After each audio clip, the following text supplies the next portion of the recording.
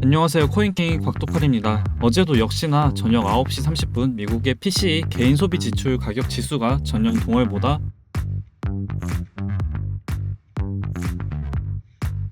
6.8% 그리고 전월보다 1% 각각 상승을 하면서 한 차례 변동성을 보여줬습니다. 최근 연준에서도 CPI보다는 PCE에 대해 더 강조를 했었고, 어제 발표가 된 개인 소비 지출 PCE 물가 지수는 40년 만에 최대 상승폭을 기록한 것으로 발표가 됐습니다. 개인 소비 지출 PCE 발표가 된 후 한 번에 약 마이너스 1% 정도 조정을 받는 모습을 보여줬지만 이후에 그대로 다 회복하는 모습을 보여줬고, 아무래도 이 회복하는 이유 중 하나는 곡물, 금속, 석유 등의 식량 에너지의 가격이 최근 꾸준한 하락세 흐름들이 눈에 보이고 있어서 PCE 물가 지수 역시 6월 정점을 찍고 이후 하락할 것이라는 기대감 또는 분석이 지배적이었다고 생각을 합니다. 그렇기 때문에 시장은 이제 큰 조정 없이 잘 마무리가 되었다고 이제 상황을 봤었고, 만약 지금도 원유나 가스, 곡물 등의 가격이 꾸준하게 오르는 모습을 보여준다면 다음 달 역시나 물가는 잡히지 않고 있다는 것이 직접적으로 눈에 보이기 때문에 어제까지 하락하는 모습보다는 이제 그대로 더 큰 추가 하락까지 이어지는 모습을 보여줬을 거라고 이제 생각을 합니다. 우선 어제 발표된 지표들을 봤을 때 개인 소비 지출은 전월비 1.1% 증가해 시장 예상치였던 0.9%를 웃도는 증가세를 기록을 했지만, 이 증가된 부분은 주로 물가 상승에 따른 착시 현상일 가능성도 배제할 수 없는 부분이라고 생각을 합니다. 인플레이션을 감안한 실제 개인 소비 지출은 0.1% 증가한 데 그쳤고, 탄탄한 고용 속에 임금이 올라 개인 소득은 0.6% 증가한 것으로 조사가 되었습니다. 하지만 이 부분 또한 인플레이션을 이제 감안을 한다면 성적이 좋다라고는 할 수는 없다고 저는 이제 생각을 합니다. 물가 상승세를 감안하면 실제 개인 소득은 되레 0.3% 줄어든 상태이고, 현재 제가 걱정되고 있는 부분은 물가 상승도 당연히 문제가 되고 있지만 인플레이션을 감안한 실제 소득이 줄어들고 있다는 점, 그리고 임금 상승은 여전히 인플레이션을 압박하는 주요 변수라는 점입니다. 에너지나 식료품 등의 가격이 하락하고 있는 것과는 이제 대조적이라 보고 있고, 어제 발표된 고용 비용 지수는 2분기 1.3% 올라 1분기 상승률과 1.4%와 크게 차이가 없지만 1년 전에 비하면 5.1% 증가한 상태로 고용 비용이 2002년 관련 통계 작성 이후에 최대 상승률을 기록하고 있는 중입니다. 에너지나 식료품 등 공급망에 대한 부분이 가격 하락하고 있어도 현재 임금은 그와 반대로 빠르게 상승을 하고 있는 중입니다. 가장 큰 이유는 이제 고용주들 간의 직원 확보 경쟁도 여전히 치열하고, 또 인플레이션 즉 물가 상승이 멈추고 있지 않기 때문이라 생각을 하고 있고, 이제 이번 달의 상황이 다음 달 지표로 보여지는데 결과가 어떻게 될지는 100% 알 수는 없지만 원유나 곡물 등의 가격 하락이 이제 이번 달에 반영이 되어 그래도 좀 긍정적인 결과로 다음 달에 발표가 되었으면 좋겠습니다. 그리고 이제 비트의 차트를 보면 비트의 움직임은 어제 말한 것처럼 5일선과 60일선 골든크로스가 여전히 상승 관점으로 시장을 계속 바라보고 있습니다. 다른 선을 제외하고 5일선과 60일선만 봤을 때 골든크로스 이후 상승분을 보면 작년 10월 4일부터 10월 20일까지 약 44.06%가 상승을 해줬고, 올해 2월 27일부터 3월 2일까지 약 12.17%가 상승을 해줬습니다. 그리고 3월 16일부터 4월 1일쯤까지 약 20.18%가 상승을 해주는 등 1년에 몇 번 있지 않는 시그널일 뿐더러 21선의 골든크로스보다 더 신뢰도가 높은 시그널 중 하나라 생각을 합니다. 이번 주말에도 5일선과 닿는 부분인 23,138달러 밑으로 일봉을 마감하지 않는다면 저는 이제 계속 골든크로스가 유지되어 상승 관점으로 볼 계획이고, 주말은 나스닥도 쉬기 때문에 지금처럼 이제 큰 상승이나 하락보다는 그냥 무난한 횡보의 흐름이 진행되지 않을까라고 생각을 합니다. 지금은 추세가 꺾인다라고 보기보다는 이 5일선과 캔들 사이에 이격이 벌어져 있어서 이평선들이 올라오길 기다리는 상황이라고 보고 있습니다.